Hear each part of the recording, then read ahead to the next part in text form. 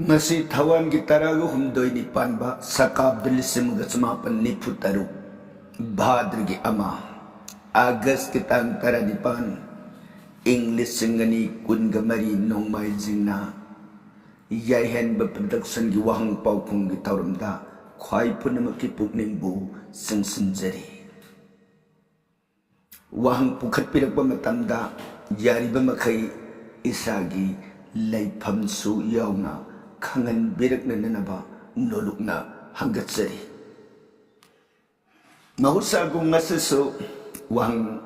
karapamje ngasigi ahanba oina laukatsariba wahang asi samurai latpam Srimat Gopinath Assam Guwahati Bhangaghar dagi pukhat pirakpa wahangni thagatsari laifam ga konana takpirakpagi damak Gopinath na pukhat piribu wahang si ahan bagi wahang da Gopinath ki wahang si yamre adubu pulakoi na ahan bada patok sage aigya Hanuman na Sudarshan Chakra Satyabhama maithi ba pikibagi waridu matek amata taina badana aigya ojagi law ngakpa satkiba Gautam Rishi gi satra adugi maming amukta haibiyo aduga waridu gi matek amata samlapna libiyo taina rakpadana yamna nungaijare gya haijaba ngamdaduna leijarambani Lakmon Digbijoy gi wari libi gani haina khanganbiduna libi rakpagidamak thagatsari aduga Gopinathna mathangda mu takpiraibasna jojan ama haibase kaya chaubagi dip taret khandamapan hairibase masina karino Lakmon gi mingthon sing phangkhibagi matang busu libiyo Bharat Shatrughanana joy tawkhibadusu libiyo aduga sasaha Arjun haibadaine Parashuramna hatkhibado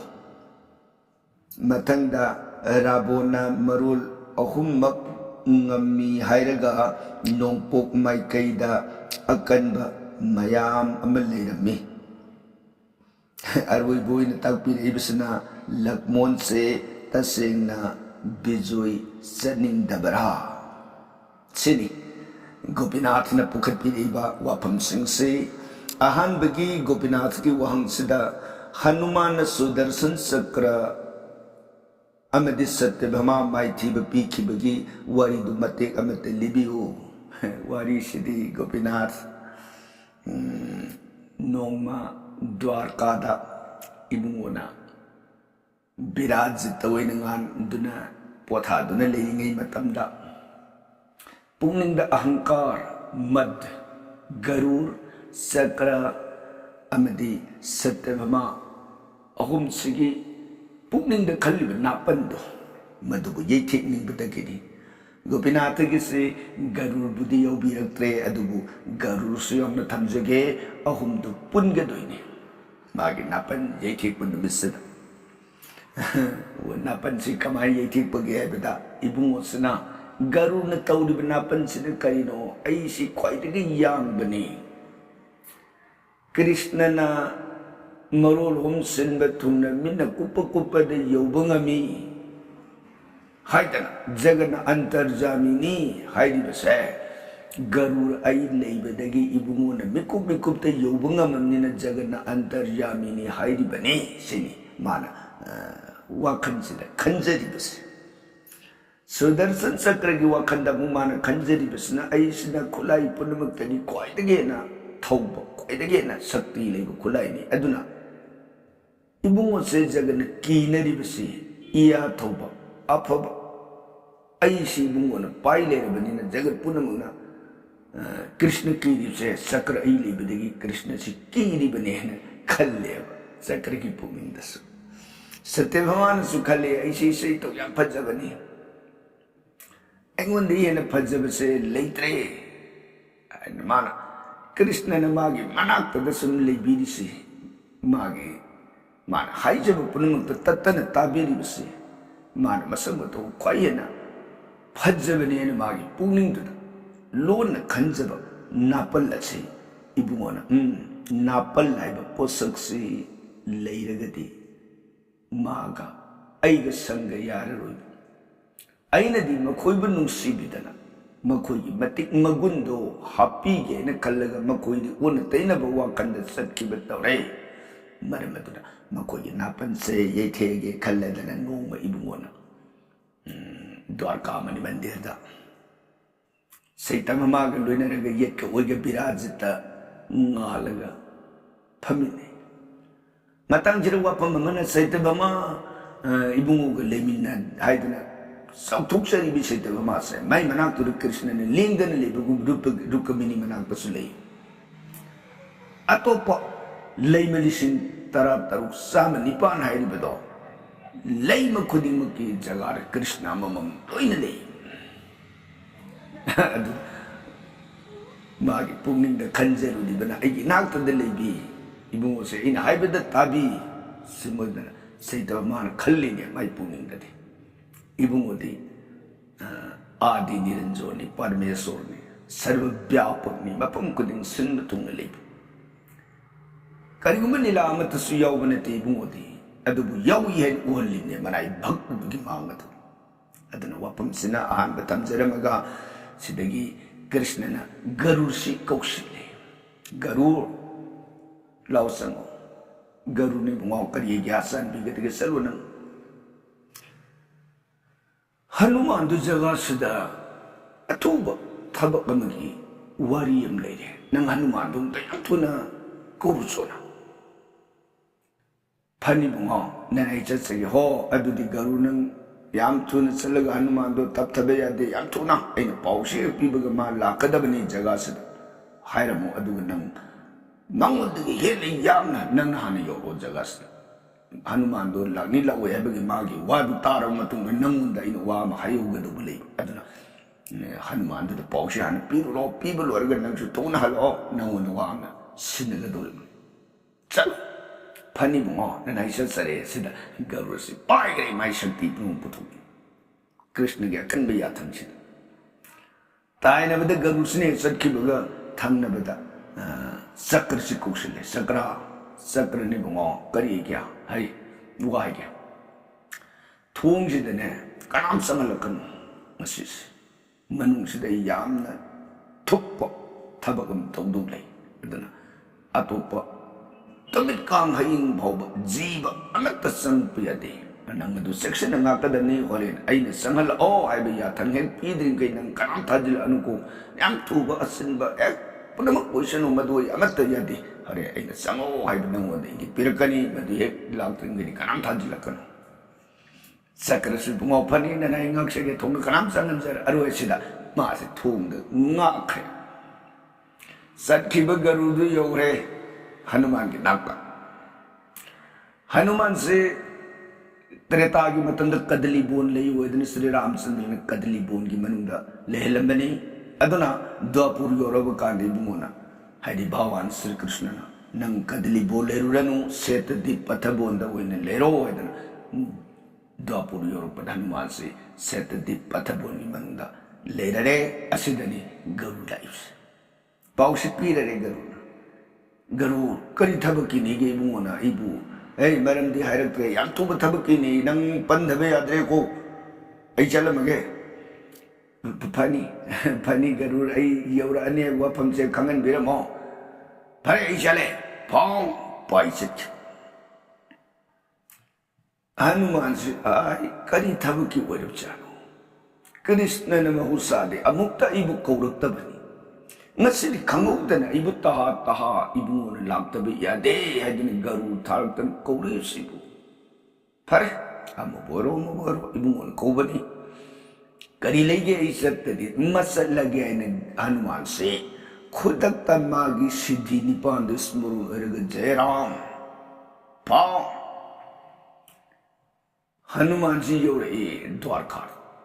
Hanuman योरो बदुद Garuda योरो पोत्री को yang hen lakram thong du lep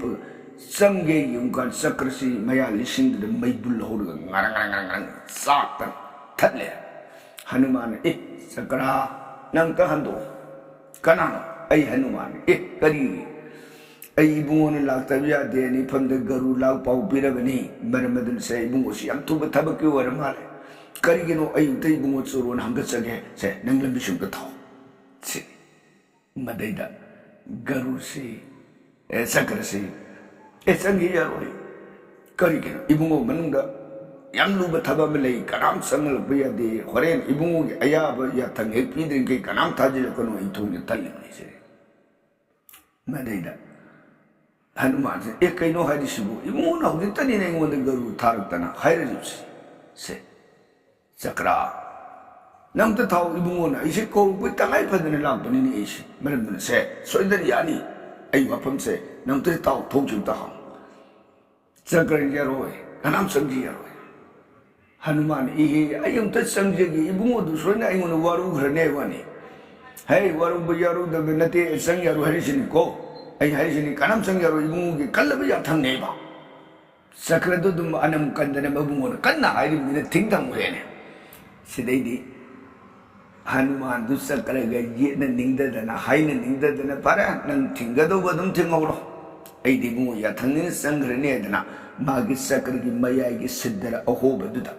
sakra na mai bul hor ga maya da pralui mai sai do karim hanne yengam dana Hanuman se pisak pipa jiba masa ma gi sakam lorga siddara aho baduda hui mang pashin gri Janatan Krishna Manga do the sub lepal kukudak nga nanai Hanuman Lakshari nanai Kubu Kariya Sanbi Kataya Krishna Hanuman Nayora nanai Yojere Prabhu Oh Naiko Napam the Garu Laktana Pau Hoi Garu Laktana Ipam the Paushi Pira dana nana I lakshari bisini ni mo ho pom nangon dana lu da buwa pom matana ke ngasi se aina jaga se kauru ni pom phani mo Hanuman Krishna gi manga da kokudak kundana pom dum nei phida pom di hiding ha lerum kanda garudu pai lai mai shakti prung puthota garudu thong de yoru kandu da saplip Mang du sakran pralui lerum du dai sakran kanano ira kananu ga kai hey thong hang wai changi se ando yaru bu kari gino ibungon man du kanam sangal kono ingasi se ai thong ji da thatlaga thabi ni maram du kanam sang yaro hey ai ne saluri ba thabak se Krishna gi suru da pau si par hayo da ya deba kari pau ai Hanuman kau chelu bane ko Hanuman do yoru tringi de Krishna ga ye lura bu wariyam khada dawla ye wani se thong chum de thong Hanuman yoru pana khala ne wani Hanuman ni sai yoru abdo ha khalai na koi de na Hanuman yoru dia mati ko dom na khangdi thong chang ye in sang ye ro thing ba de Hanuman do aswai de sa thong ba ye swai de leiti he ko kanam sang ya ro ibungu gi lura ba ya tang ne ba si bo ina tingen tingiro ibungu na kanam sang la ko no tingin ni ne Garun nangi atai sangak bersangak tabadu tuo ai diam luba Hanuman la harap di ai soida mi watara ne ba Hanuman to sangak tingi ai hane sanghung dam ya de sai nawon suk chong se ai hai ge se so ai na sang ba ya roi thingam se kanai marul hum kana sang adawri ya hai ba Garun nang sang ya roi tinga di marul hong kanam sangal aroi sini ne ai kanam sangal aroi balo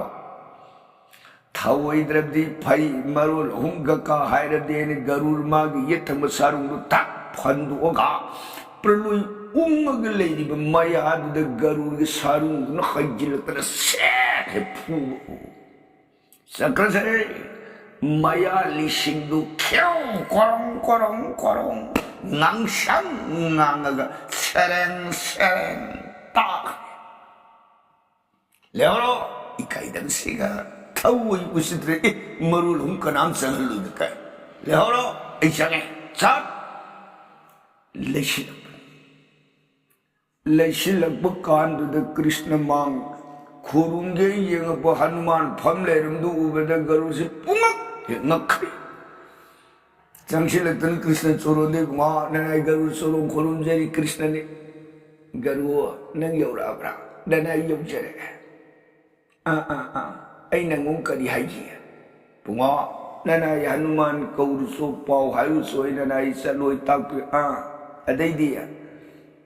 콩기들이네. 아이, 하누만 여우트링에 난 아이 루르 와리에 맞다나 하우가도 벌레이나 하이그라가 나는 까리노 그래 절루게 남고. 뭐 나나 아이 용제력 보부디 가 원니 사크라나 상기 야다다나 통당 학반다나 사크라 사크라도 마야 이티티야다나 고롱고롱 원실레 상에네. 하이 bunga nanai surung kurum jari hei dangmunin hei kurum belai ni bunga kali dia dat aina nangunda kanam taji lakanu idan adak section na hai raga hanuman sutsang garu sutsang nang kadai jeli bunga nanai di sangin waina hai bani adaida ननाई Garuda या पुणे भगत से लोही न तो देख पीरम में काई नंगो अकन बो खुलाई गेदाई हा मरो लोम जने नंग मानने तो वो खुलाई लेते हैं दाई ने अदर गरुड़ ले आठ दिया सक्र तो भाग खंता है ताई ननाई तो कि बना पंद बुआ ननाई लान की बपरा दंगल पियो गरुड़ सो कृष्ण चोरोंद देखो ननाई ने पुनमुक्ति की ख्वाई दिगी है यांगे ने खल्लो ननाई की लान की बेरान अमुक्तदी चोरो ने गापी बनते न कना ने गापी नी कुकनोन खुरु में अनिमा ताई ने रखपद हनुमान कृष्ण ये गगे मां कनानो आई बुंगी ओइदा इबे मगी मिनाई रशिबु हमसिबु कनावरो कृष्ण ने करी हनुमान ने बुआ हई अंजी कनानु खंगद्रने हनुमान ने बुआ ननाई खंगजे देबु इबुंगो राम ओइरिने इबुंगी ओइदा ngalambे जनक नंदिनी जानकी सीता इमागे येंगुरगदी इमागी सेवा संखिब दासी मिनाई सिंधुगी मतौगुम ऊरे गबहेरा हे प्रभु वापन ताबद सत्यबमा आई संपजई आई ख्वाइदगे कृष्ण स्वानबनी ओइरुबमागी पुनिंगी मध्य अंकार पुनमुक्सुनाओ हनुमान की वाही तारक बद सैतबमासी यम हेलाउकी करीना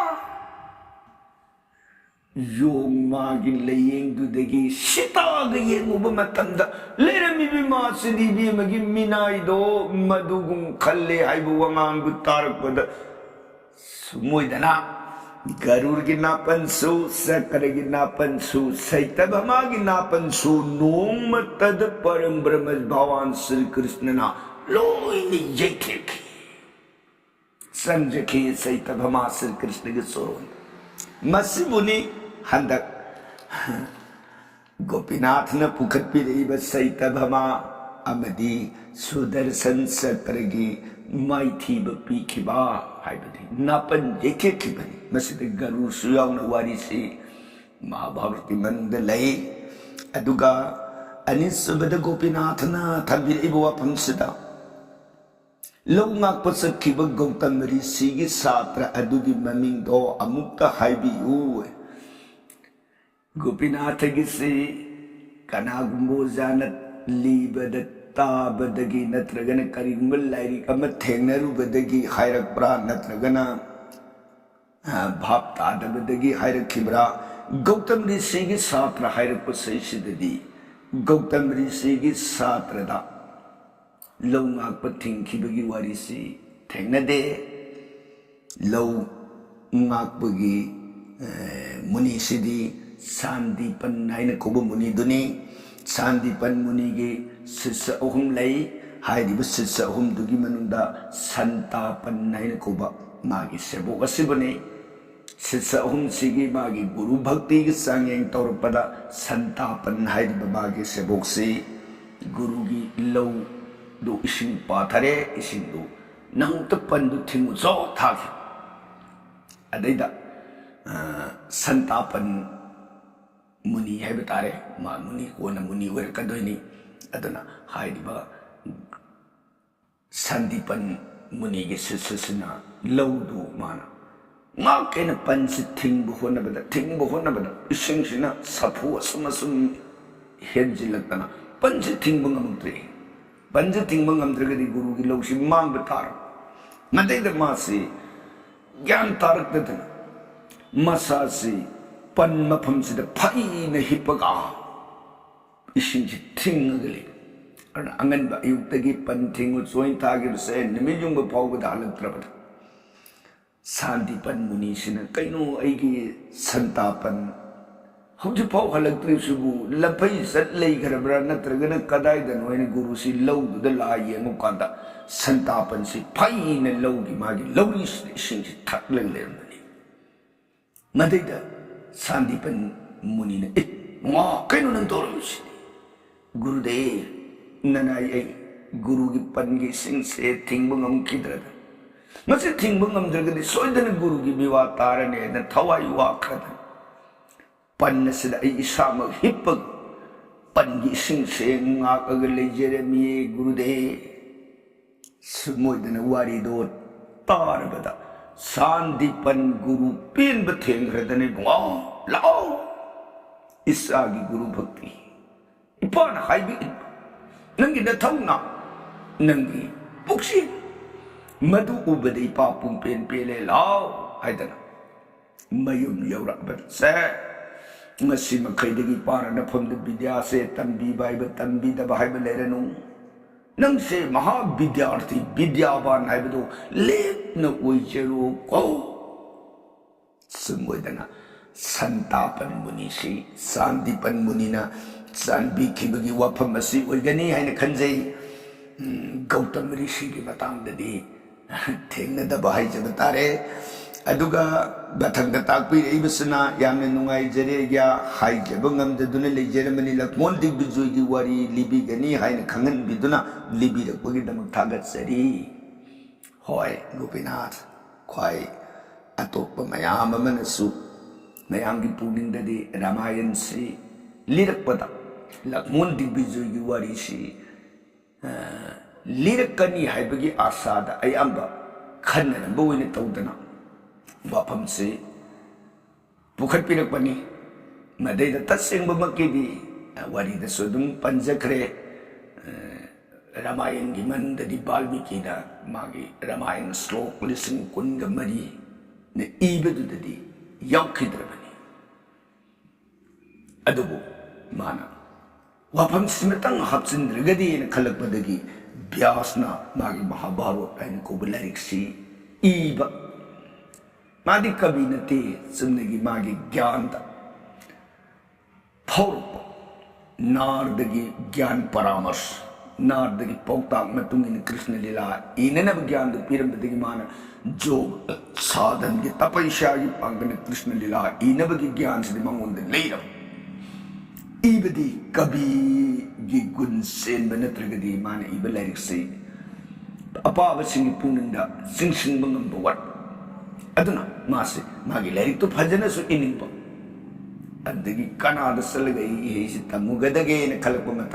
मतमदगी यालांग भारत के सौरभ ऋषि मुनिदि कविता वाल्मीकि न ओय मागी रामायण दि हानसु इरग लेरबदिना ओ रामायण इब कवि वाल्मीकि गी लाइक से ख्वाइ पुमंगसु पामनै ख्वाइदगे नसु फजब ओय मसे हिंदू शास्त्र की ख्वाइदगी हान हनब महापुराण सु ओय अदे मांगोन सलग तमगदि लाइक इबगी सेली से मादि मपुंग फाना लेरबनिना ꯑꯩ ꯃꯐꯝꯗ ꯑꯣꯖꯥ ꯀꯜꯂꯨꯔꯅꯤ ꯍꯥꯏꯗꯅ ꯕ꯭ꯌꯥꯁꯁꯤ ꯕꯥꯜꯃꯤꯀꯤꯒꯤ ꯃꯐꯝꯗ ꯑꯣꯖꯥ ꯀꯟꯗꯅ ꯂꯥꯏꯔꯤꯛ ꯏꯕꯒꯤ శైలిꯁꯤ ꯇꯝꯗꯅ ꯃꯥꯒꯤ ꯃꯍꯥꯚꯥꯔꯠꯁꯤ ꯏꯃꯤꯟꯅꯔꯛꯄꯗ ꯍꯥꯏꯕꯗꯤ ꯁꯨꯝ ꯁꯨꯝ ꯑꯣꯏꯅ ꯏꯌꯨ ꯅꯪꯒꯤ ꯋꯥꯔꯤꯒꯤ ꯄꯔꯤꯡꯅ ꯀꯔꯤ ꯀꯔꯤ ꯑꯣꯏ ꯍꯥꯏꯗꯅ ꯃꯥꯒꯤ ꯄꯔꯤꯡꯗ ꯁꯨꯝ ꯍꯥꯏꯔꯛꯄꯗ ꯌꯥꯝ ꯆꯥꯎꯕ ꯃꯥꯒꯤ ꯄꯥꯛ ꯆꯥꯎꯕ ꯃꯍꯥꯚꯥꯔꯠꯀꯤ ꯋꯥꯔꯤꯗꯨ ꯇꯥꯔꯕ ꯃꯇꯨꯡꯗ ꯑꯩ ꯅꯪꯁꯤꯗꯤ ವೇದ ಶಾಸ್ತ್ರ ಪುನಃ ನಂಗೆ ಲೈರಿಕ್ಸಿದ ಲೋಯ್ನ ಹಚ್ಚಂದು ಯಾರನಿ ಅದನ್ನ ಮಹಾಭಾರತ ಹಾಯ್ಬ ಲೈರಿಕ್ಸಿಗೆ ಮನದಗೆ ಥೋಕಿದಬ ನತ್ರಗೆ ಇತಿನ್ಬಂ ಓರಿದಬ ಲೈ ವರಿಯದು ಅಗತ್ತ ಲೇರರೋ ನೈಸಿದ ಪುಲಪ್ ಸಂಬ ಯಾರನಿ ಮರಮದನ ಐ ರಹನ್ ಈಬದ ಸಿದ್ಧ ಹೋರ ಸಿದ್ಧಬದಿನತೆ ಐ ನುಂಗಾಯ್ತದನ ಹಚ್ಚನ್ ಥೋಖ ಅದು ಮಪಾಸೆ हप्सिन थोक्रब हाइबदी राज अभिषेक तौथोख्रब राम अदु अभिषेक से तौद्रिंगे चरक्षिदा हप्सिन गदुब लुवारी की मतेक से नंगी महाभारत तो हप्सिन लो सुमोइदना व्यासना महाभारत की बोन पर्व की मनुंदा यावन खिबनी अदुबु वारी दुदे रामायण की मनुंदा अदुम ओइरगसु काइबदी नतब हाइबदी रामायण द लई बमी पुनमक सिंग अदु लोइना लईबनिना वारी दु ना अमरुम ससकी बतारगसु फरे मयाम के पांबदु येंगा मसिमंगना ईश्वर की थौरमक्ति नतबनिना वारी खंगनब ओइना अमदी भक्ति रोमदा खजितंग पुनिंग सिंग बिगद्रान खंजदना समाज की ओइना वारी दु खंगगदी पुनिंग सिंगसिलईदना ईश्वर की माइकैदा पुनिंग संगई अदुगुंबगी भाप अदुदा फरे लीरसी हैदना तौबदी अदु हेक्टर रामायण की मन लिसिनबदी नते मते मते ब्याखादु सुम थमगा कोट तौरगा हैतारे मपादो लीबदी सोम लीगदबने अदुबु सोमदा हाइबदी वाफमसिदा लक्मोन दिग्बिजोयसी लीबा हौजेरी नुंगाइजै ताइनरकपद गोपीनाथ की मथंग की वहंग असना जोजन अमा हाइबसी कया सौबगे है ना हंगबिरक वहंग से मसी हनुमान की 15 जजन लेब जो एन हाइबदी जजन हाइबदी अकोइना युथक अमा हाइनबदो युथक अमा हाइबसी की सौराक बमागी पुंगसी ओजासिंग थंबिरंबदा निपा मन पुंग निपान सुक्लेप लेप्तना सत्पगी असांग बलमदो मदबु युथक अमा हाइरगा खंगी युथक तुग जजनगा अनिसी मानब अदुना मसिदा सौबरुमदनते सांबरुमदनी अदुना हनुमान दुना वांगब मतंदा मान पिरप परमांदा 15 जजन लेबजो वरी युथक तरागा मंगा वांगबा हाइ मसिबुने अदुगा ताइनरक वहंग दना दीप तरेत खंडमापन हाइरिबसि करिबनो वाइन ताकपिरि दीप तरेत हाइबसना दीप पृथ्वीसदा दीप तरेत खंडमापन हाइदना थंबिरमी से दीप तरेत हाइबदि दीप हाइबदि अकोगी मफम दुबुनि करम मफम नो हाइबदा अकोगी समुद्र इरम तरेत हाइबदो अदुगी भापतुदा समुद्र की वांगदि लो कंपान की सरुक अदोमदनी लाइना पीरिबसे अदुना सेत दीप हाइबदि दीप तरेसदा यालाबदा मान पीरिबसे सेत दीप क्रौंस दीप जम्बू दीप पलक दीप साकल दीप सामल दीप अमदि कुस दीप हाइरिब दीप तरेरसिबुने अदुगा खंडमापन हाइरिबसना खत्सरे खंडा रजत खंडा तामर खंडा हरिवर्ष खंडा इंद्र वर्ष खंडा किंग पुरुष खंडा भारत वर्ष खंडा आर्यवर्त खंडा गौर खंडा हाइदना सुमोइदना खंड मापन सिबु थंबिरमी असुना हाइदि मपासि साना अमतंग थमजरमगद मरोन 13 अखोइना मरोल हुमसु हाइ सर्ग मर्त पताल हाइदना मरोन 13 सु हाइ मरुन 13 सौदा भुवन है मरुन 13 दना भूरलोक भवलोक सैतलोक तपलोक वैकुंठ लोक सद्गलोक जनलोक सिना पृथ्वी देवरगा थकलोम दे मरुन 3 अदुगा पृथ्वी की खादा लेकी मरुन 3 अदुबना अमु पीरिबसे आतल बीतल सूतल तलातल महातल रसातल पताल है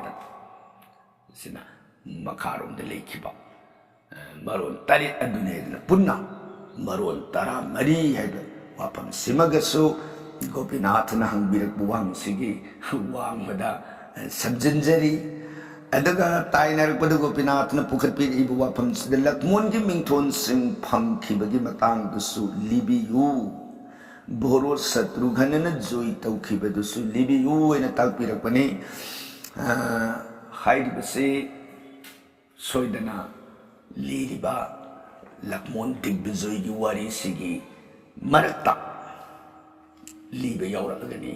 मरमदना वारी की परिंगसी ngaiminase wari taminakisi sumoidana mapamsigi tongana amuk mapamsida thamjaramaroi aduga tainarapda wang ama waina pukhatpiribasna sa arjun haibadaine parsuram hatkibado suni takpiribase Parshuram न हाथिबा अर्जुन दुगुना सहस्र अर्जुन है दंतस रफ्रा सहस्र है लिसिंग माइबद अर्जुन सहस्र है मपाबूम लिसिंग पाब अर्जुन है सहस्र अर्जुन अदुगा हंदकी सिदा लक्ष्मण दिग्विजय यौरिबसना सहस्र है तालवसा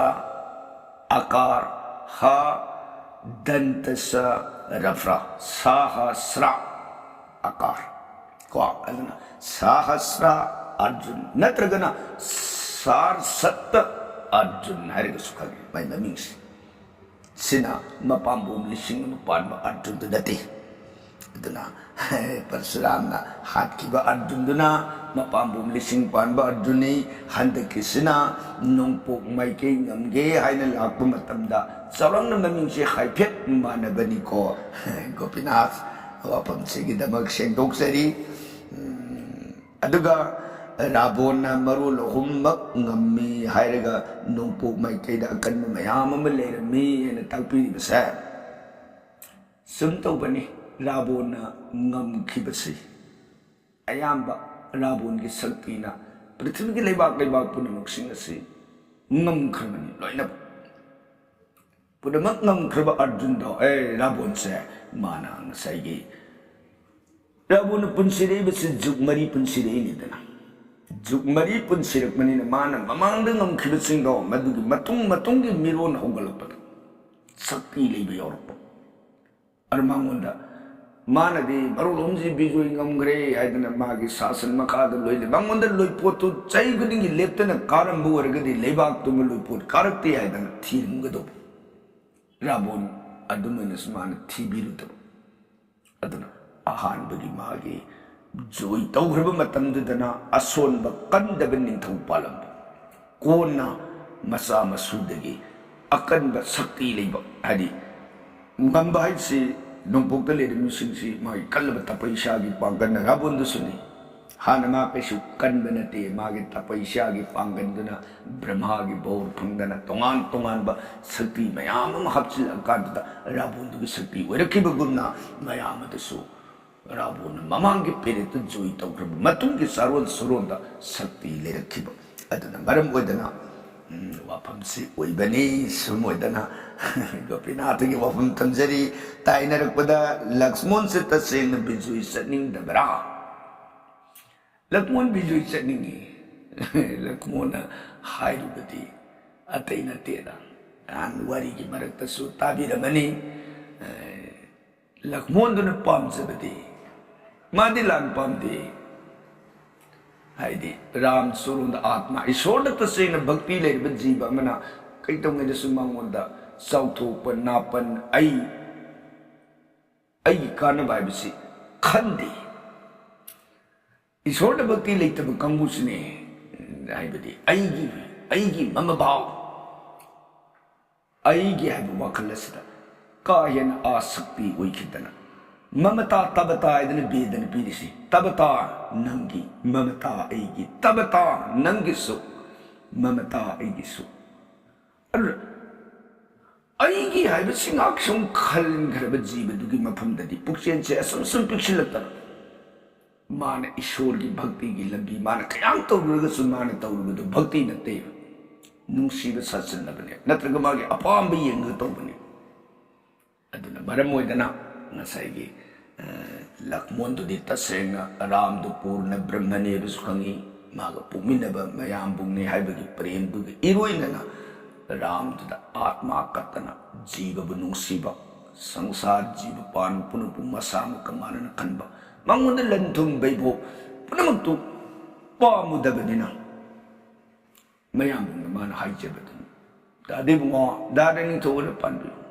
ꯏꯪꯅ ꯆꯤꯡꯅ ꯂꯩꯔꯤꯕ ꯈꯔꯁꯤꯅꯅꯦ ꯄ꯭ꯔꯖꯥ ꯁꯥꯟꯇꯤ ꯑꯣꯏꯅ ꯄꯥꯟꯕꯤꯌꯨ ꯍꯥꯏꯕꯗꯨꯒꯤ ꯋꯥꯅꯤ ꯃꯥꯅ ꯉꯁꯥꯏꯒꯤ ꯌꯦꯛꯅꯕ ꯍꯥꯠꯂꯨꯔꯒ ꯌꯦꯛꯅꯕꯒꯤ ꯃꯄꯣꯠ ꯃꯔꯤꯟ ꯃꯨꯜꯂꯨꯔꯒ ꯃꯥꯒꯤ ꯁꯛꯇꯤꯗꯣ ꯑꯩꯅ ꯅꯝꯊꯔꯒ ꯀꯔꯤꯕꯨ ꯀꯥꯟꯅꯗꯒꯦ ꯍꯥꯏꯕ ꯂꯛꯃꯣꯟꯒꯤ ꯚꯥꯕꯅꯥꯗꯨꯅꯤ ꯑꯗꯨꯗ ꯔꯥꯝꯅ ꯑꯃꯨꯛ ꯍꯥꯏꯔꯤꯕ ꯃꯥꯒꯤ ꯋꯥꯈꯜꯂꯣꯟꯅ ꯖꯒꯠꯁꯤ ꯃꯤ ꯃꯥꯟꯅꯗꯕꯅꯤꯅ ꯋꯥꯈꯜ ꯃꯥꯟꯅꯗꯦ ꯃꯣꯏꯅ ꯇꯧꯔꯤꯕ ꯅꯥꯄꯟ ꯃꯌꯥꯏ ꯀꯥꯞꯄ ꯖꯤꯕ ꯍꯤꯡꯁꯥꯗ ꯄꯨꯛꯅꯤꯡ ꯆꯪꯕ ꯑꯩꯒꯤ ꯍꯥꯏꯕ ꯋꯥꯈꯜꯅ ꯂꯨꯞꯄꯕ ꯃꯌꯥꯝ ꯑꯗꯣ ꯃꯥꯟꯅꯕ ꯁꯃꯥꯖ ꯑꯃꯗ ꯅꯪꯒꯤ ꯑꯩꯒꯤ ꯃꯥꯒꯤ ꯍꯥꯏꯕ ꯋꯥꯈꯜꯁꯤꯗ ꯆꯞ ꯃꯥꯟꯅꯅ ꯆꯤꯡꯁꯤꯟꯕ ꯌꯥꯅꯅꯕ ꯃꯥꯒꯤ ꯂꯩꯔꯤꯕ ꯑꯍꯦꯟꯕ ꯁꯛꯇꯤꯗꯣ ꯂꯧꯊꯣꯛꯇ꯭ꯔꯒꯗꯤ ꯃꯥꯗꯣ ꯃꯤꯑꯣꯏꯕꯒꯤ ꯄꯨꯛꯅꯤꯡ ꯋꯥꯈꯜꯂꯣꯟꯗ ꯆꯪꯉꯛꯄ ꯉꯝꯗꯕ ꯃꯥꯒꯤ ꯇꯧꯕ ꯁꯥ ꯉꯥꯒꯤ ꯋꯥꯈꯜꯂꯣꯟꯗ ꯆꯠꯈ꯭ꯔꯕꯁꯤꯡ ꯑꯗꯣ ꯖꯣꯏ ꯇꯧꯔꯒ ꯃꯈꯣꯏꯕꯨ ꯄꯨꯂꯞ ꯃꯥꯟꯅꯕ ꯁꯃꯥꯖ ꯑꯃ ꯁꯦꯝꯗꯕ ꯌꯥꯔꯣꯏ ꯍꯥꯏꯕꯒꯤ ꯅꯨꯡꯗꯅꯤ ꯄꯤꯔꯤꯕꯅ ꯔꯥꯝꯅ ꯄꯤꯔꯛꯏꯕꯁꯤꯅ ꯂꯛꯃꯣꯟꯅ ꯈꯜꯂꯨꯔꯤꯕꯅ ꯑꯃꯅꯤ ꯔꯥꯝꯅ ꯐꯣꯡꯗꯣꯛꯏꯕꯅ ꯑꯃꯅꯤ ꯑꯗꯨꯕꯨ ꯔꯥꯝꯒꯤꯗꯨꯅ ꯑꯆꯨꯝꯕ ꯑꯣꯏꯕꯅꯤ나 ꯃꯅꯥꯎꯗꯨꯕꯨ ꯅꯝꯗ ꯆꯠꯅꯅꯕ ꯊꯥꯔꯒ ꯄ꯭ꯔꯤꯊꯤꯕꯤꯁꯤꯗ ꯔꯥꯃ ꯔꯥꯏꯖ꯭ꯌ ꯍꯥꯏꯗꯅ ꯃꯥꯅꯕ ꯊꯥꯛꯄꯕꯗ ꯅꯨꯡꯁꯤ ꯆꯥꯟꯅꯁꯤꯗꯅ ꯑꯩꯈꯣꯏ ꯃꯤꯑꯣꯏꯕ ꯁꯃꯥꯖꯅꯤ ꯍꯥꯏꯕꯗꯨ ꯎꯠꯂꯝꯂꯤꯕꯁꯤꯅꯤ ꯁꯨꯝ ꯑꯣꯏꯗꯅ ꯉꯁꯥꯏꯒꯤ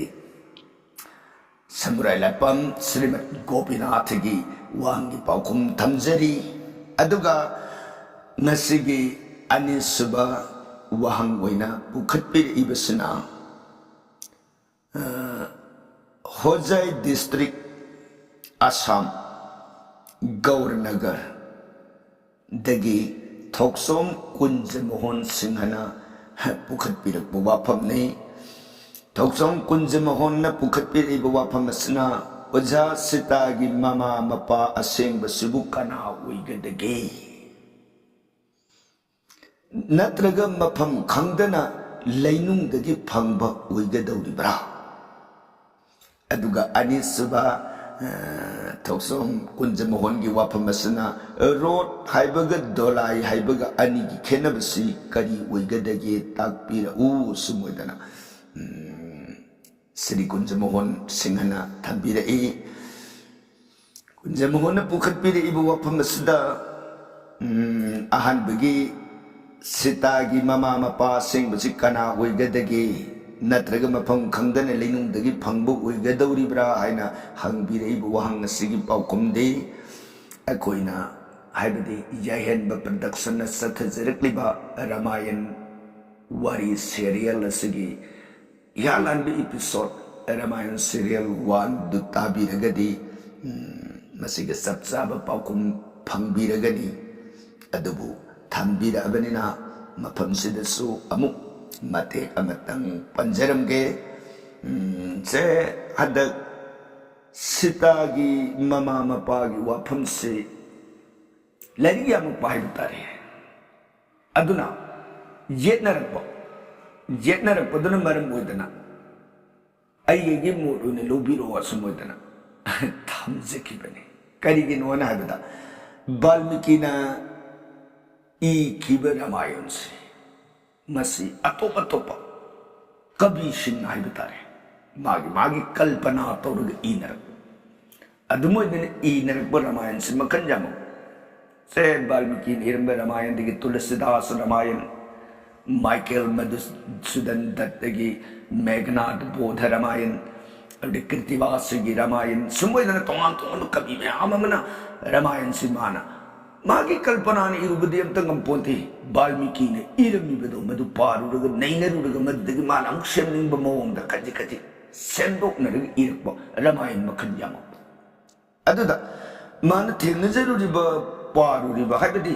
कवि अमममना इरमबनिना कवि अमगी लाइरिक पारुबा मीदुना अमु मागे दुदा थाजखि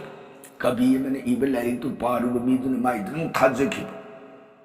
बाल्मीकि ने इबा पारु मीना बाल्मीकि की मोतु थाजब सुमोयदना थाजब दुगी वानि अदुना मीसी येतनरक ए सीतासी माइ मचानी एनाते अदु लाइरिक तुले माइ मचानी हाय सुमोयदना येतनबगी थाखि लापा तसेंबगिदि बाल्मीकि ने इबनी हाइबसे अखोय पुनमंगने याने बियमदि लेबनिना बाल्मीकि रामायणददि जनोकी मचानी ममान पृथ्वी ने धरनी वाफम सिद लेगेदो अदुबु तोंगान तोंगानबा कवि सिंना फोंदोकनरबदगी छे जनोकी मचानी पृथ्वी ने ममानी हाइबसिना करिबुनो ना हाइबदा जनोक निंथौसिना नोंमा लबुक संपोट खोइदिंगी मतमदा नोमदोंदा उर्बसी अप्सरासी पाइरग सक इबेमगी फज्जख्रब रूपुन सवोंग सदा सत्तम दु उर्बदा खंगौदन इबेमगी फज्जबा सत्तम मदुदा कामरस यकाइरक्लरा ngасagi birjapaath oiki birjapaath du oikibasi prithivida ta matamduda prithvi leibak leimana janok se dharmik ni isor bhakti da atugi matik aduna prithvi namagi birjasi pharaga madu garb oi thamgri aduna matam khare leiraba tungda janok namagi labuksi amuka khoirakpa matamduda magi langon josinda prithvi namagi leiriba mafamduda hekta halaga maduda garbha obi yadabanina mana sapu mugna nawyom ma semje prithvina adugi nawyom sapu se magi langon josinda thengba tawkhlo matamduda kaino sapu leiri sinaidana thangali yung kandar manungda angang am yorum madubu sidi angang am yorum he porak tana angang adaw mayam mamang do ule sun tawdana sanpo koy batsalubada langgon josinda yorba angang ni haibadagi mama mapa mapong khangdraba angang ni haina laure jonokna magi birjana oikibane abdi mari khangu pontre aduna adubu mana mapa saknadi adumuk yoe maramaduna masana balmiki gi wafamni jonok ningthaugi masani prithvi na mama oi haibasida aduga atopo wafam amadana mu balmiki na ai wafam se saptimana rakko balmiki na makatare ibasi brihaspati gi masani pa kuch dajja sina beda path to matam magi masindigi masanupi angang amukpoe mami bedabati heniko hairiba bedabati angang se masina saura aba matamda erabo na bedabati si ijat manghalu madudagi ningba kairabi bedabati na erabo da sap tor maga mainung da songsilaga siki bedabati na sap tor mabidi nang nga sigi pamda ay ijat temsang na kibis na maram oitana matangi mapukta ay isung langi tamo na lep na siyo haydan sap tayo aduna may da sung silagal sige bi bedabati sa masimang na handak magi thawai duna jonoki angada tinraga jonoki birja duna pathu urapa matamda prithvi na madubu lorga amuk dharun piraga sitasi oina janma oirakibani langon josindagi phangi aidana magi maming sita sumoidana ngasai balmiki ni iba ramayana sida piba aduga atopa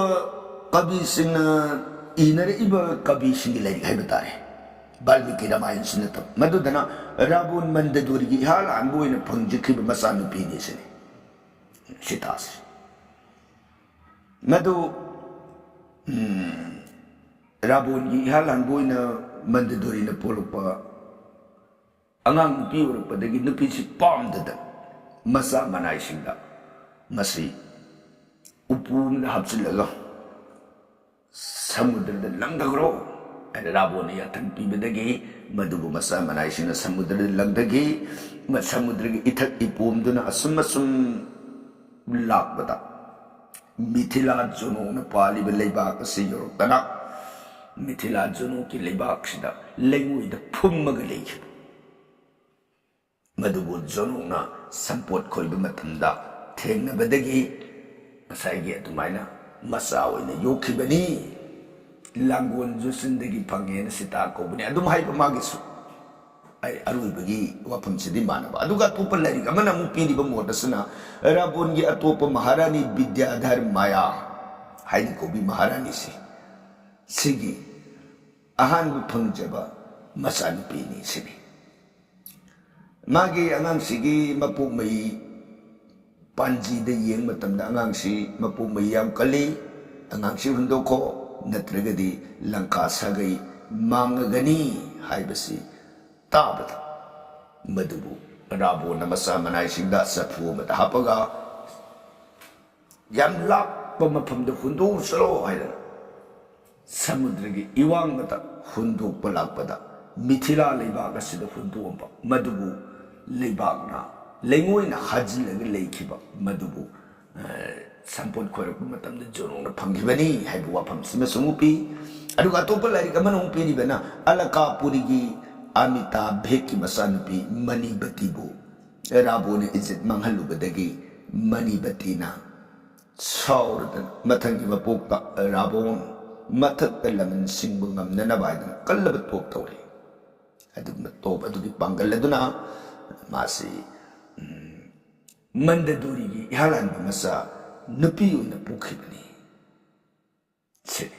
masa nupi lu pupa ialah masa nupi haram ni nang sai matak ta khai gi tu ga manare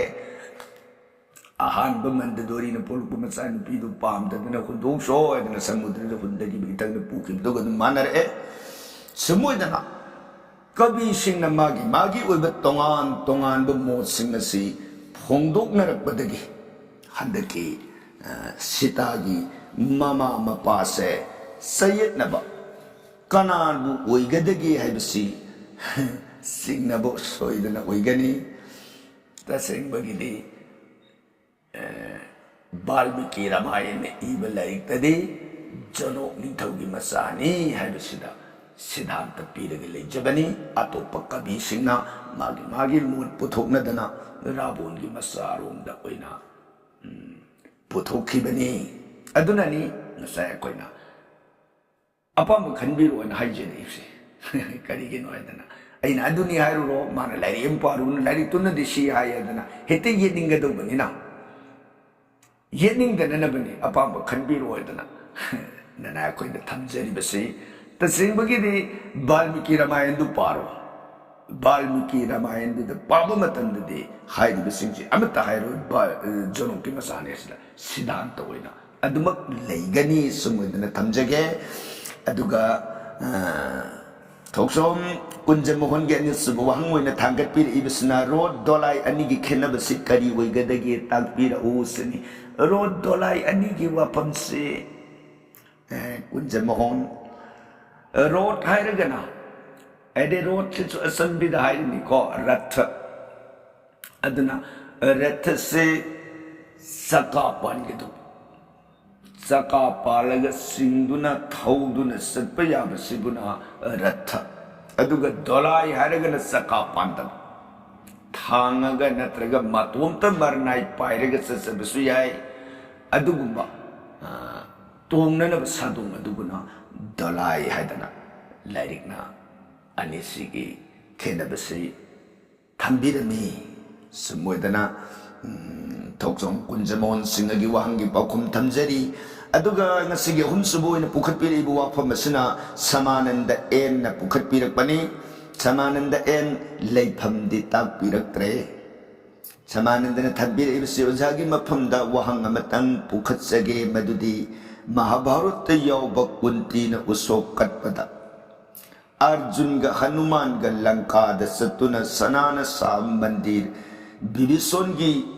Bibison degi ni duna purak ba adu Karamba मतंगदा बिबिसोन Ram मंदिर कटखिबगे हाइबदु ताकपिरक्लगदि यामना नुंगाइजगनी ओजाबु थागतसरी सुमन ताकपिरक्पनि Samanand N वापमसे हौजिक लीरिबा वारी हाइबताई रामदो अभिषेक लोरगा हौजिकिदि रामदो अभिषेक की मांगोइना लक्ष्मण दिग्विजय लीरसे हाइदना ख्वाइ पुनमक यानदना लक्ष्मण दिग्विजय रोमदा चले अदुना हयेंग लक्ष्मण दिग्विजय दु लोरगा राम अभिषेक लोरनी राम अभिषेक लोरो मतुंगदा पुनमक विदाई पीबदा बिबिसोन से मरिबाक सननबा विदाई पीरनी मतमदुदा बिबिसोना मरिबाक योरबदा रामचंद्र के सोरोंदु नुंगसिजबदगी राम की मणि मंदिर से सनाना मरिबाग लंका की मनुंदा साखिबनी सुमोदना समानंद एन की वहां की पाखुम थमजरी ताइनर पदंगसिगी मरिसुब वहां वइना पुखदबिर इबसे दोरेन खुमुक्सा दोरेन सुलिफम तक पिरक्ते दोरेन पुखदबिर इब वहां सना उजाबु वहां मतंग बिबिसोन राज अभिषेक तौबदा मागी असेंब नुपी शर्मा की महुता हानगी रानी मतई मंददुरी ओइना हापीबसे मंददुरी मसामगना हराव ने याखिबरा सुमोदना दोरेन खमुक्साना यामना फजबवांग नाम पुगतपिरई सुमे वाफम से रामचंद्र की याथंग रामना से लेबा की महारानी मंददुरी दो अदुमक महारानी ओहलू इताओ हाइन सिनखिबदुन मरम ओदना बिबिसोना वाफम दो इंदबियादन इनखिब मदद मंददुरी सु यानिंदबनति यारिबनी करिगिनो यारिदे रामदुन मदुदा आरिबदो मंददुरी की पुनिंग खंगे मंददुरी की मफमदा श्रृंगार रस युबान बगी मरीदुदी पामनत नसाई माना पामिदी करिनोद ऐसले बाग मगी महारानी वरमे रानी वदिंगै मतमदा अइना फंगम निंग तंबा अइना फंजरम नुंगाइब लन थुंगी इसा इनाइगी माइकई खुदिमुक्त मान नुंगाइ जरम बताओ मसिदे अइना रानी उइद्रब मतमदा इनाउ बेम शर्मान रानी उइखिब तारगदे अइगी नुंगाइ जरब पुंसिदो फंगरोय हाइबसिदा मागे थमोइदुदा हेला निंगमदब वखलब लोतुन लेरिबदु राम उइ मदु उबदगी मागे निंजबसिमक थुंजरसनु कंदना श्री रामचंद्रदी थुजाल हिबनी सानबी हिबनी तत्तना मंददुरी दुन निंजरी बसुरामनी मागी पुनिंगी वाकंदो थुंब याननबा रामचंद्रना बिबिसोन की मफमदा लेबाकी रानी दी मंददुरी दा हापु सुमोदना हंसिनखिबनी दोरेन खुमुक्सा पाखुम तमजरे ताइनरकपदा ngasiगी banga subu wahang moina pukhatpiri ibasna sakhi devi wangkhai imphal dagi pukhatpirak pa wahang ni wahang diwaja ikai khumna bu usari wahang paukhung gi thauram se tajabada mitna kong oijai masigi damak ujabu thagatsari nungai jai sakhi devi jagasi sairagani he sauningba थागतलगने हे हराउनब मसे जगतसिगी सदारोनी होय थागतपिरा अबनिना नुंगाइजै हेन पकुम थमजगे सिदगी मखताना सखिदेवीना पुखतपिरा इबसे आइगसु खंजनिंगबा वाफम अमतंग ओजा लैहाव HYBE लೈ असि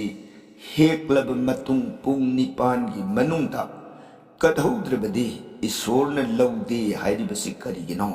मसीगी आर्थदो खंजनिंगी ओजा सखी देवी पुखतपिरइब वाफम असे यामना फजै यामनासु खंजनिंगाइ ओइब कानब वाफम अमनि हाइना थमजगे चुमी अंदकी सनागी लेहाव हाइना हाइनब ꯑꯗꯨꯕꯨ ꯃꯇꯥꯡꯁꯤꯗꯗꯤ ꯁꯅꯥꯒꯤ ꯂꯩꯍꯥꯎꯒꯤ ꯋꯥ ꯅꯠꯇꯦ ꯂꯩꯍꯥꯎ ꯍꯥꯏꯕ ꯂꯩ ꯂꯩꯍꯥꯎ ꯑꯉꯧꯕ ꯑꯣꯏꯒꯦ ꯑꯣꯏꯌꯨ ꯂꯩꯍꯥꯎ ꯑꯉꯥꯡꯕ ꯑꯣꯏꯒꯦ ꯑꯣꯏꯌꯨ ꯂꯩꯍꯥꯎ ꯃꯈꯜ ꯈꯨꯗꯤꯡꯃꯛ ꯃꯁꯤ ꯍꯦꯛꯂꯕ ꯃꯇꯨꯡꯗ ꯄꯨꯡ 9ꯒꯤ ꯃꯅꯨꯡꯗ ꯀꯠꯍꯧꯗ꯭ꯔꯕꯗꯤ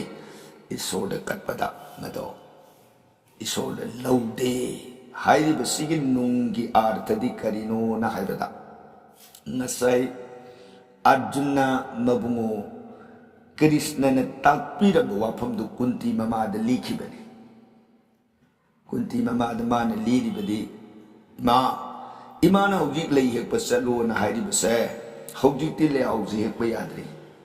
ꯂꯩꯍꯥꯎꯁꯤꯗꯤ ꯍꯦꯛꯑꯕ ꯃꯇꯨꯡ ꯄꯨꯡ 9ꯒꯤ ꯃꯇꯨꯡꯗ ꯏꯁꯣꯔꯗ ꯀꯠꯄ ꯌꯥꯗꯦ ꯃꯔꯝ ꯑꯗꯨꯅ ꯏꯃꯥ ꯍꯌꯦꯡ ꯃꯇꯝ ꯆꯥꯅ ꯍꯦꯛꯆꯒꯦ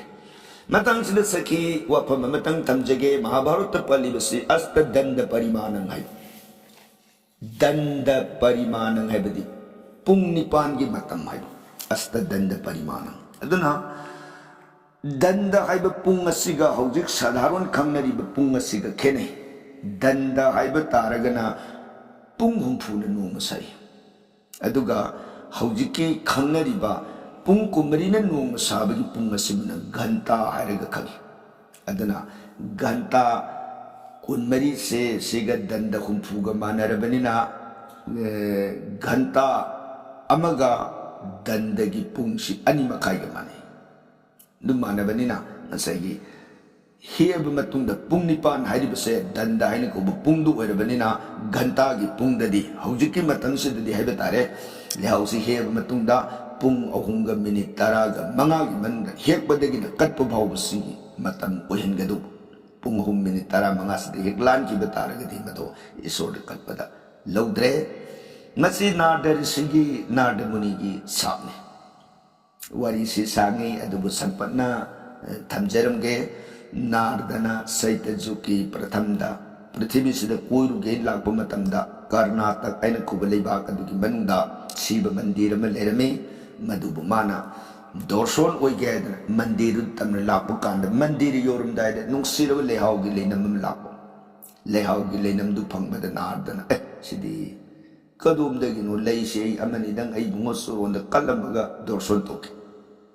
ꯈꯜꯂꯗꯅ ꯂꯩꯁꯤ ꯃꯥꯅ ꯊꯤꯔꯛꯄ ꯁꯥꯠꯂꯝꯃꯦ ꯂꯩꯁꯤ ꯐꯨꯒꯥꯏꯅ ꯂꯩꯍꯥꯎꯁꯤ ꯁꯥꯠꯂꯝꯃꯤꯕ ꯂꯩꯗꯨ ꯎꯕ ꯃꯇꯝꯗ ꯃꯥꯅ ꯁꯤꯗꯤ ꯂꯩꯔꯦꯗꯅ ꯍꯦꯛꯀꯦꯗ ꯃꯥꯅ ꯂꯩꯈꯣꯡꯗꯨꯗ ꯆꯞ ꯂꯦꯞꯄꯒ ꯂꯩ ꯃꯁꯥꯗꯨ ꯂꯥꯝꯃꯨꯕ ꯀꯥꯟꯗ ꯂꯩꯍꯥꯎ ꯃꯈꯣꯡ ꯃꯅꯥꯛ ꯑꯗꯨꯗ ꯕ꯭ꯔꯥꯍ꯭ꯃꯟ ꯑꯃ ꯐꯝ ꯂꯩꯔꯝꯃꯦ ꯕ꯭ꯔꯥꯍ꯭ꯃꯟꯗꯨꯅ ꯔꯤꯁꯤ ꯑꯝꯇ ꯉꯥꯏꯕꯤꯈꯣ ꯃꯥꯁꯣꯏ ꯀꯔꯤ ꯔꯤꯁꯤꯅ ꯍꯦꯛꯄꯤꯒꯗꯧꯔꯤꯕ ꯂꯩꯗꯣ ꯃꯗꯨ ꯀꯅꯥꯝꯇꯅ ꯍꯦꯛꯅꯗꯕ ꯂꯩꯅꯤ ꯃꯔꯝꯗꯤ ꯃꯔꯝ ꯍꯥꯏꯕꯕꯨ ꯔꯤꯁꯤ ꯃꯥꯡꯗ ꯎꯔꯤꯕ ꯈꯨꯡꯒꯪ ꯈꯨꯟꯖꯥꯁꯤꯡꯁꯦ ꯃꯁꯤꯒꯤ ꯊꯋꯥꯏꯒꯤ ꯃꯁꯛꯅꯤ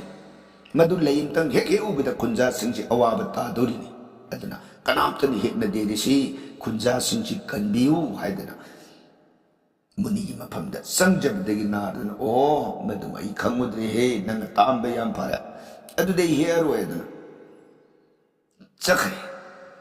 सिदगी ब्राह्मण सिन माई लेसी पुलब हेक तू पू है अदगी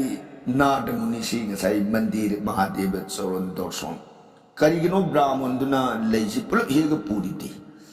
नारद दुना सतोरिदु महादेव मंदिर दुदनी मंदिर दुमान सकी मतंदा अइना लेसी हेक पयादी हाइगी मसे वरेन करिबा नारददी प्रभुगा हक्तेंग नना वरी साब ngamba मुनि निना खिले हौसी कनाम हेक पयादी से सुम्ब्रा हे हंगबदा महादेव न कनाना हाय हाय अब्दी अई सोइदन सोप तारे नत्रगन नादगी अयाकबा खोंथी तारब तारे हाय पाखत की दन मान लेसी हेग मयुंद मान लोट पुखरे करिनो मान लोटदी लेदु अमुहन हेब सुमदनब मा मसासु सैरदनब मान लेसी मान तौरिन लेसी मखुन थाजबनी मखुन इसिंग चाइदना सेवा तौदना लुन होनजब कनाम कललो आई तुम कट के सिनि ब्राह्मण सिन खल्लिब वखनसिना मान कतोरिसु नारदन सलिबा महादेव मंदिर अदुना नारदसिना अमुहलक बुकान ngasai hawbudu phajabani da yengedana lakpu lambi da awangba tiada pai lakpu le hawdu amata satan si ur kaino ne hawtikta phugai na salobu le yam damta salamdre kaino ma si thawaina kuma e leibi le khodu ngasai le hawbu brahman du leramdre ꯂꯩꯗꯨ ꯁꯥꯠꯂꯝꯗꯕ ꯕ꯭ꯔꯥꯍ꯭ꯃꯟꯁꯨ ꯂꯩꯔꯝꯗꯕ ꯁꯤꯡꯅꯕꯅ ꯊꯜꯂꯦ ꯅꯥꯔꯗꯅ ꯂꯩꯍꯥꯎ ꯄꯥꯝꯕꯤꯗꯨꯃꯛꯇ ꯃꯥꯅ ꯍꯥꯏꯔꯤ ꯑꯦ ꯂꯩꯍꯥꯎ ꯅꯪ ꯅꯥꯔꯗ ꯑꯩꯒꯤ ꯊꯧꯖꯥꯟꯗꯒꯤ ꯑꯩꯅ ꯍꯪꯉꯛꯄ ꯋꯥꯍꯪꯒꯤ ꯄꯥꯎꯈꯨꯝ ꯃꯤꯀꯨꯞ ꯈꯔꯒꯤ ꯑꯣꯏꯅ ꯅꯪ ꯇꯥꯏꯕꯪ ꯃꯤꯔꯣꯟꯗ ꯄꯤꯕ ꯉꯝꯖꯧ ꯍꯥꯏꯌꯨ ꯅꯪꯉꯣꯟꯗ ꯍꯧꯖꯤꯛ ꯁꯥꯠꯂꯝꯕ ꯂꯩꯍꯥꯎ ꯃꯌꯥꯝꯗꯣ ꯀꯅꯥꯅ ꯍꯦꯛꯈꯤ ꯀꯗꯥꯏ ꯆꯠꯈ꯭ꯔꯦ ꯄꯥꯎꯈꯨꯝ ꯄꯤꯌꯨ ꯃꯇꯝꯗꯨꯗ ꯂꯩꯍꯥꯎꯗꯣ ꯅꯥꯔꯗꯒꯤ ꯊꯧꯖꯥꯟꯅ ꯇꯥꯏꯕꯪ ꯃꯤꯔꯣꯟ ꯉꯥꯡꯕ ꯉꯝꯃꯦ ꯃꯥꯅ ꯈꯨꯝꯃꯛꯏ ꯀꯔꯤ ꯍꯥꯏꯅ ꯉꯁꯥꯏ ꯕ꯭ꯔꯥꯍ꯭ꯃꯟꯗꯨ ꯀꯟꯅꯤꯡꯕꯗꯒꯤ ꯔꯤꯁꯤ ꯑꯩꯗꯤ ꯈꯪꯖꯍꯧꯗ꯭ꯔꯦꯁꯤ ꯑꯦ ꯀꯔꯤ ꯅꯪꯉꯣꯟꯗꯒꯤ ꯍꯦꯛꯄ ꯂꯩꯕꯨ ꯅꯪ ꯈꯪꯗꯕ ꯍꯧꯅꯕ꯭ꯔꯅꯦ ꯍꯥꯏꯌꯨ ꯀꯅꯥꯅ ꯍꯦꯛꯈꯤ ꯑꯣꯏꯗꯕ ꯉꯥꯡꯅꯨ ꯔꯤꯁꯤ ꯑꯀꯟꯕ ꯅꯣꯡꯂꯩ ꯅꯠꯇ꯭ꯔꯒꯅ ꯇꯤꯟꯅ ꯀꯥꯡꯅ ꯆꯤꯛꯇꯠꯇꯅ ꯃꯥꯡꯈꯤꯕ ꯑꯣꯏꯔꯝꯕ ꯌꯥꯏ ꯗꯥꯠ ꯅꯣꯡꯂꯩꯅ ꯍꯨꯝꯗꯦꯛꯄ ꯑꯣꯏꯔꯕꯁꯨ ꯂꯩꯈꯣꯡꯁꯤꯗ ꯂꯩꯅꯥ ꯈꯤꯇꯁꯨ ꯆꯣꯏꯅ ꯀꯦꯟꯕ ꯇꯥꯕ ꯎꯅꯤ ꯇꯤꯟꯅ ꯀꯥꯡꯅ ꯆꯤꯊꯠꯂꯕꯁꯨ ꯑꯗꯨ ꯃꯉꯥꯏ ꯑꯣꯏꯗ ꯄꯥꯗ ꯉꯥꯡꯕ ꯍꯩ ꯏꯀꯥꯏꯗꯕꯤ ꯉꯁꯤ ꯃꯈꯩꯗꯒꯤ ꯅꯪ ꯏꯐꯝꯗ ꯑꯣꯏꯗꯕ ꯉꯥꯡꯕꯒꯤ ꯗꯣꯁꯅ ꯂꯩꯍꯥꯎ ꯍꯥꯏꯕ ꯂꯩ ꯅꯪ ꯑꯁꯦ ꯑꯇꯩ ꯗꯦꯕꯥ ꯗꯦꯕꯤ ꯄꯨꯝꯅꯃꯛꯇ ꯀꯠꯄ ꯌꯥꯔꯕꯁꯨ ꯃꯍꯥꯗꯦꯕꯗꯗꯤ ꯀꯠꯄꯗ ꯃꯍꯥꯗꯦꯕꯅ ꯂꯧꯗꯕ ꯑꯣꯏꯔꯣ ꯁꯥꯞꯄꯤꯔꯤ ꯑꯗꯨꯒ ꯅꯝꯕꯤꯔꯣꯟ ꯉꯥꯡꯕꯁꯨ ꯉꯝꯃꯅꯨ ꯈꯨꯗꯛꯇ ꯅꯥꯗꯅ ꯆꯤꯡꯅꯕꯗꯨ ꯈꯪꯉꯒꯦ ꯍꯥꯏꯗꯅ ꯙ꯭ꯌꯥꯟ ꯇꯧꯔꯤ ꯌꯦꯡꯉꯨꯀꯥꯟꯗ ꯕ꯭ꯔꯥꯍ꯭ꯃꯟꯗꯨꯅ ꯂꯣꯟꯅ ꯄꯨꯕꯗꯨ ꯎꯕꯗꯒꯤ ꯑꯣ ꯅꯪꯅ ꯅꯕꯨꯛ ꯐꯠꯇꯗꯅ ꯃꯤ ꯀꯜꯍꯟꯅꯤꯡꯗꯕ ꯅꯇꯣꯝ ꯀꯠꯅꯤꯡꯕ ꯑꯩ ꯆꯠꯈ꯭ꯔꯕ ꯃꯇꯨꯡꯗ ꯅꯪꯅ ꯆꯠꯂꯒ ꯀꯠꯀꯦ ꯅꯌꯨꯝꯗ ꯂꯣꯠꯂꯒ ꯊꯝꯃꯤꯕ ꯂꯩꯁꯦ ꯂꯩꯍꯥꯎ ꯑꯣꯏꯕ ꯂꯩꯁꯤꯗꯤ ꯍꯦꯛꯑꯕ ꯃꯇꯨꯡꯗꯒꯤ ꯗꯟꯗ ꯅꯤꯄꯥꯟꯒꯤ ꯃꯅꯨꯡꯗ ꯍꯦꯛ ꯀꯜꯍꯧꯗꯕ ꯇꯥꯔꯕ ꯃꯗꯣ ꯏꯁꯣꯔ ꯑꯃꯠꯇꯅ ꯂꯧꯗꯕ ꯑꯣꯏꯔꯣ ꯁꯥꯞꯁꯤ ꯄꯤꯈꯤ ꯑꯗꯨꯅ ꯃꯔꯝ ꯑꯣꯏꯗꯅ ꯉꯁꯥꯏꯒꯤ ꯂꯩꯍꯥꯎ ꯍꯥꯏꯔꯤꯕ ꯂꯩ ꯑꯁꯤ ꯍꯦꯛꯑꯕ ꯃꯇꯨꯡ ꯗꯟꯗ ꯅꯤꯄꯥꯟꯒꯤ ꯃꯇꯨꯡ ꯍꯦꯛ ꯂꯥꯟꯈꯤꯕꯗ ꯍꯥꯏꯕꯗꯤ ꯄꯨꯡ 3:10 ꯃꯇꯝꯁꯤ ꯍꯦꯛ ꯂꯥꯟꯊꯣꯛꯈ꯭ꯔꯕꯗ ꯂꯩꯍꯥꯎꯁꯤ ꯏꯁꯣꯔ ꯑꯃꯠꯇꯅ ꯀꯠꯄꯗ ꯂꯧꯗ꯭ꯔꯦ ꯍꯥꯏꯕ ꯋꯥꯐꯝꯁꯤ ꯇꯥꯅꯝꯕꯅꯤ ꯑꯗꯨ ꯉꯁꯥꯏ ꯄꯟꯖꯔꯨꯕ ꯋꯥꯐꯝ ꯑꯃꯅ ꯃꯍꯥꯗꯦꯕꯗ ꯂꯩꯍꯥꯎ ꯀꯠꯄ ꯂꯧꯔꯅꯨꯅ ꯆꯩꯈꯤꯕ ꯁꯥꯞ ꯑꯗꯨꯅ ꯃꯇꯨꯡꯗ ꯀꯄꯤꯜ ꯃꯨꯅꯤꯅ ꯇ꯭ꯔꯦꯇꯥ ꯖꯨꯒꯀꯤ ꯄ꯭ꯔꯊꯃ ꯁꯟꯙ꯭ꯌꯥꯗ ꯂꯩꯍꯥꯎꯁꯤ ꯑꯃ ꯅꯧꯅ ꯊꯥꯔꯦ ꯀꯄꯤꯜ ꯄꯇꯥꯟꯗ ꯂꯩꯕ ꯃꯨꯅꯤꯅꯤ ꯃꯥꯅ ꯈꯦꯔꯣꯗ ꯁꯥꯒꯔ ꯁꯃꯨꯗ꯭ꯔ ꯈꯣꯡꯕꯥꯟꯗ ꯊꯥꯗꯅ ꯁꯥꯂꯥꯕ ꯀꯥꯟꯗ ꯀ꯭ꯔꯤꯁꯅ ꯆꯣꯔꯣꯟꯗ ꯀꯜꯂꯦ ꯀ꯭ꯔꯤꯁꯅꯅ ꯄꯦꯟꯕꯤꯔꯗꯅ ꯀꯔꯤ ꯄꯥꯝꯃꯤ ꯃꯇꯝꯗꯨꯗ ꯉꯣ ꯉꯁꯤ ꯑꯩ ꯏꯕꯨꯡꯉꯣꯗ ꯀꯠꯄ ꯃꯇꯝꯗ ꯏꯕꯨꯡꯉꯣꯅ ꯇꯥꯔꯥꯝ ꯂꯧꯕꯤꯕꯒꯨꯝ ꯖꯒꯠꯇ ꯂꯩꯔꯤꯕ ꯗꯩꯕꯥ ꯗꯦꯕꯤ ꯄꯨꯝꯅꯃꯛꯅ ꯂꯩꯍꯥꯎꯁꯦ ꯂꯣꯏꯅ ꯂꯧꯕ ꯌꯥꯍꯟꯕꯤꯌꯨ ꯑꯗꯨ ꯀ꯭ꯔꯤꯁꯅꯅ ꯃꯗꯨꯃ ꯑꯣꯏꯔꯁꯅꯨ ꯍꯥꯏꯅ ꯀ꯭ꯔꯤꯄꯥ ꯄꯤꯈꯤꯕ ꯅꯨꯃꯤꯠꯇꯨꯗꯒꯤ ꯃꯍꯥꯗꯦꯕ ꯂꯩꯍꯥꯎ ꯀꯠꯄ ꯌꯥꯈ꯭ꯔꯦ ꯁꯨꯝ ꯑꯣꯏꯗꯅ ꯁꯈꯤ ꯗꯦꯕꯤꯒꯤ ꯄꯥꯎꯈꯨꯝ ꯊꯝꯖꯔꯤ ꯇꯥꯏꯅꯔꯛꯄꯗ ꯉꯁꯤꯒꯤ 3ꯁꯨꯕ ꯋꯥꯍꯪ ꯑꯣꯏꯅ ꯄꯨꯈꯠꯄꯤꯔꯛꯏꯕꯁꯤꯅ ꯃꯥꯏꯕꯝ ꯍꯦꯔꯣꯖꯤꯠ ꯀꯣꯗꯣꯝ ꯄꯣꯛꯄꯤ ꯃꯃꯥꯡ ꯂꯩꯀꯥꯏ ꯋꯥꯏꯁꯦꯟ ꯃꯄꯥꯟꯗꯒꯤ ꯄꯨꯈꯠꯄꯤꯔꯛꯄ ꯋꯥꯍꯪꯅꯤ ꯋꯥꯍꯪꯗꯤ ꯑꯣꯖꯥ ꯔꯥꯕꯣꯟꯒꯤ ꯖꯩꯒ ꯀꯥꯏꯅꯅꯕ ꯃꯟꯗꯗꯣꯔꯤꯕꯨ ꯃꯁꯝ ꯆꯤꯡꯕ ꯐꯨꯕ ꯑꯅꯤꯗꯨ ꯃꯃꯥꯅꯤ ꯃꯆꯥꯅꯤ ꯈꯪꯅꯗꯕꯔꯥ ꯑꯗꯨꯒ ꯑꯅꯤꯁꯨꯕ ꯋꯥꯍꯪ ꯑꯣꯏꯅ ꯊꯝꯕꯤꯔꯛꯏꯕꯁꯤꯅ ꯃꯟꯗꯗꯣꯔꯤꯒꯤ ꯑꯋꯥꯕꯗꯨ ꯃꯕꯨꯡꯉꯣ ꯔꯥꯝꯅ ꯎꯗꯕꯔꯥ ꯑꯗꯨꯒ ꯑꯪꯒꯗꯅ ꯄꯥꯡꯊꯣꯛꯂꯤꯕ ꯀꯔꯃꯗꯨ ꯔꯥꯝꯅ ꯀꯔꯤꯃꯠꯇ ꯍꯥꯏꯗꯕꯔꯥ ꯑꯗꯨꯒ ꯍꯅꯨꯃꯥꯟꯅ ꯂꯪꯀꯥ ꯃꯩ ꯊꯥꯕꯗꯗꯤ ꯔꯥꯝꯅ ꯌꯥꯅꯤꯡꯗꯕ ꯃꯇꯧ ꯎꯠꯇꯨꯅ ꯍꯅꯨꯃꯥꯟꯕꯨ ꯃꯤꯌꯥꯝ ꯃꯥꯡꯗ ꯏꯟꯊꯣꯛꯄꯤꯈꯤ ꯑꯪꯒꯗꯅ ꯄꯥꯡꯊꯣꯛꯂꯤꯕ ꯀꯔꯃꯁꯤꯗꯗꯤ ꯔꯥꯝꯅ ꯋꯥꯐꯝ ꯑꯃꯠꯇ ꯐꯣꯡꯗꯣꯛꯇꯕꯔꯥ ꯑꯗꯨꯒ ꯑꯔꯣꯏꯕ ꯑꯣꯏꯅ ꯊꯝꯕꯤꯔꯛꯏꯕꯁꯤꯅ ꯚꯒꯋꯥꯟꯒꯤ ꯉꯛꯁꯝꯗ ꯊꯣꯜꯂꯤꯕ ꯃꯥꯂꯥ ꯄꯔꯦꯡꯁꯤ ꯃꯁꯤꯡ ꯀꯌꯥ ꯁꯨꯕꯒꯦ ꯀꯅꯥ ꯀꯅꯥꯅ ꯊꯣꯟꯈꯤꯕꯒꯦ ꯁꯨꯝ ꯑꯣꯏꯗꯅ ꯃꯥꯏꯕꯝ ꯍꯦꯔꯣꯖꯤꯠꯅ ꯄꯨꯈꯠꯄꯤꯔꯛꯄ ꯋꯥꯍꯪꯅꯤ ꯃꯥꯏꯕꯝ ꯍꯦꯔꯣꯖꯤꯠ ꯅꯨꯡꯉꯥꯏꯖꯩ ꯋꯥꯍꯪꯁꯤ ꯔꯥꯕꯣꯟꯒꯤ ꯖꯩꯒ ꯀꯥꯏꯅꯅꯕ ꯃꯟꯗꯗꯣꯔꯤꯕꯨ ꯃꯁꯝ ꯆꯤꯡꯕ ꯐꯨꯕ ꯑꯅꯤꯗꯨ ꯃꯃꯥꯅꯤ ꯃꯆꯥꯅꯤ ꯈꯪꯅꯗꯕꯔꯥ ꯍꯥꯏꯔꯤꯕ ꯋꯥꯐꯝꯁꯤ ꯑꯅꯤꯗꯨ ꯃꯃꯥ ꯃꯆꯥꯅꯤ ꯍꯥꯏꯕꯁꯤ ꯃꯟꯗꯗꯣꯔꯤꯅꯗꯤ ꯈꯪꯏ ꯃꯆꯥꯅꯤ ꯍꯥꯏꯕꯁꯤ ꯑꯗꯨꯒ ꯑꯪꯒꯗꯅꯗꯤ ꯃꯃꯥꯅꯤ ꯍꯥꯏꯕ ꯈꯪꯗꯦ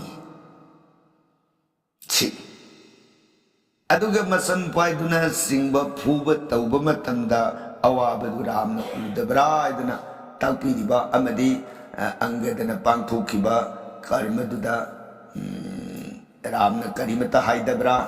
हनुमान मई थाबददी यामना यानिंगदब मतौ उत रामना यानिंगदब मतौ उतुना हनुमान बु मिया मांगद इंथोपिखी अंगदन पांथोलिब कर्म सिददी रामना वाफम अमत फोंदोकदबरा हाइदना मथंग मथंग थंबिरेब वांग सिगी पाउकुम सुपसिन थंजरबदा नाइबम हेरोजित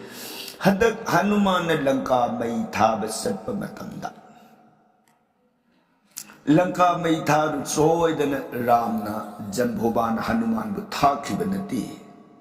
सीता दु लंका द लेबरा लेतबर यमु सोयन थाखि देदा हनुमान दुना लंका द सीता ले होरे हाइब पाउदु पोर अगर राम द तंब नतदना मान लंका दुगी मांगनन अतै मयाम तो बुदु राम कशु हाइदे मीगी युम मई थारम बतो मीगी युम राम न मंगुन मई थाव हाइगिदे स्पन साउनिंग अबसु युम दुददी येंगन देदना अदनि येंगन दब युम दु मई थारबदु तौदना बाइबगी दम राम दुना हनुमान दुदा वरपनी मतुं तौदना अदुगा हंदकी मंददोरीबु अंगदन मसं पाइदन सिंब फूब तौरी मयाम दुददे राम वांग ngang राम वांग ngang अदुदी सलमदाई मतंद जंभोबाना हक्थेंगना रामगी ममांगदा अंगदद सिनरिबदुनी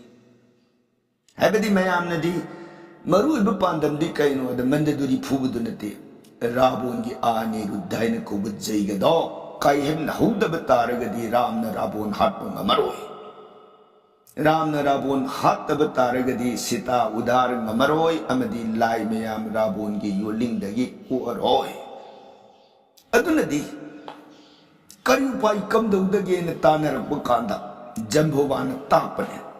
राबोन की जैग से मरुलो कनामतन कहिन बंगमोय नसिद कहिन बंगमगदोबदे मागी रानी मंददुरी दो राबोन की ममांगद मसंग पायर चिंगग पुरग फू मंददुरी न मदुदा मबुंगोद कनबी वेन कपलाउ खोंगो कांदुदा राबोन मागी लेइबा महारानी लिशिंग तारा दुगी मंद क्वाई हेन नुंसीबसे मंददुरी ने मागी थवाई मकमान खंजरी अदना मंददुरी दुगी कपलाउ तारा कांदुदा मागी जैग लुई हेन खल अरोय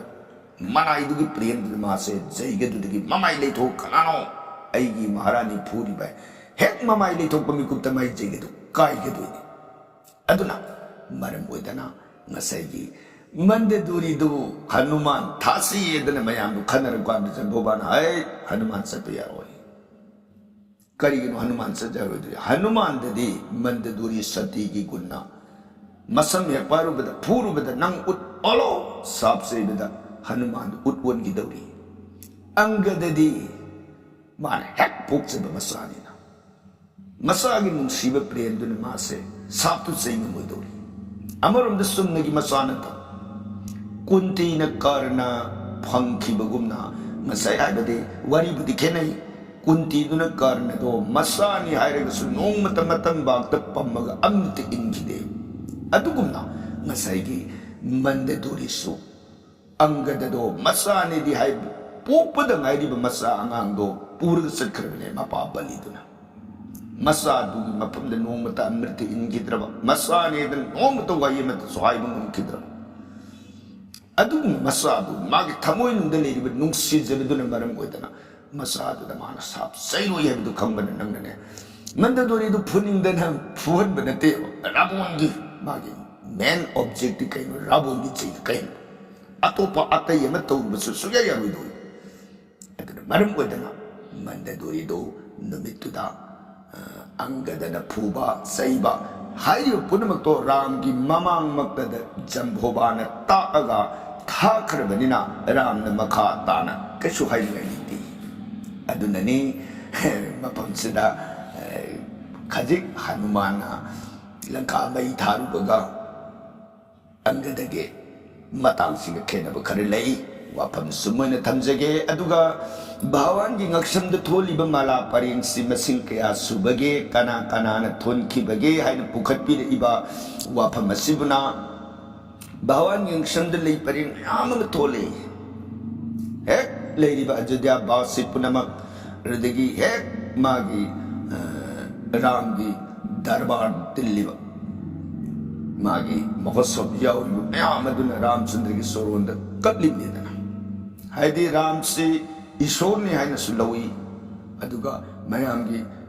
लेबाक अदुगी लुसिंगबनी हाइनसु लौई अदुना मागी मफमसिदा लेरांग परिंग परिंग परिंग परिंग पुरुक पुरुकना रांगी समदु लेई मयाम दु लोई सी चनपोंते हुक्सिलंबा लौथोग थमगिबा अमर लाई हुक्सिलंबा लौथोग थमगिबा मदुगी पैदिबा लेई मयाम मरकदुदगी सिताना लेइदो मागी ngaksamdi loina yauruba lei ngaktaniना अदु मयामदा अमुहना सिताना पीखिबगी वाफमदुने अदुना लेरांग परिंग कया मसिंग हाइबा लेते पुनमकना थोनबनी याम खरबा मसिंगनी सुम ओइदना Maibam हेरोजित कोदम Poppy ममंग लेकाई वाइसेन मपान the लेबगी मफमदा पाखुम थमजरी नुंगाइजै sum ओइदना अइगे अनिंग Pamba वहंग पुखत पिरक्तना यायन production पुथोक्सरिबा Ramayan वारीगे सेरेलदा वहंग पाखुमगी थौरम मसिबु मपुंग फाहन पिबगिदमक ख्वाई पुनमकपु थागसरी लोइनना मतुंग तारकपददी वहंग पुखत पिरइबा खुदिंगमकना इसा इसागी लेफमसु हापीरनबा नोलुकना अमुकसु हन्ना हंगचरी ख्वाई पुनमकपु थागसरी खुरुमजरी।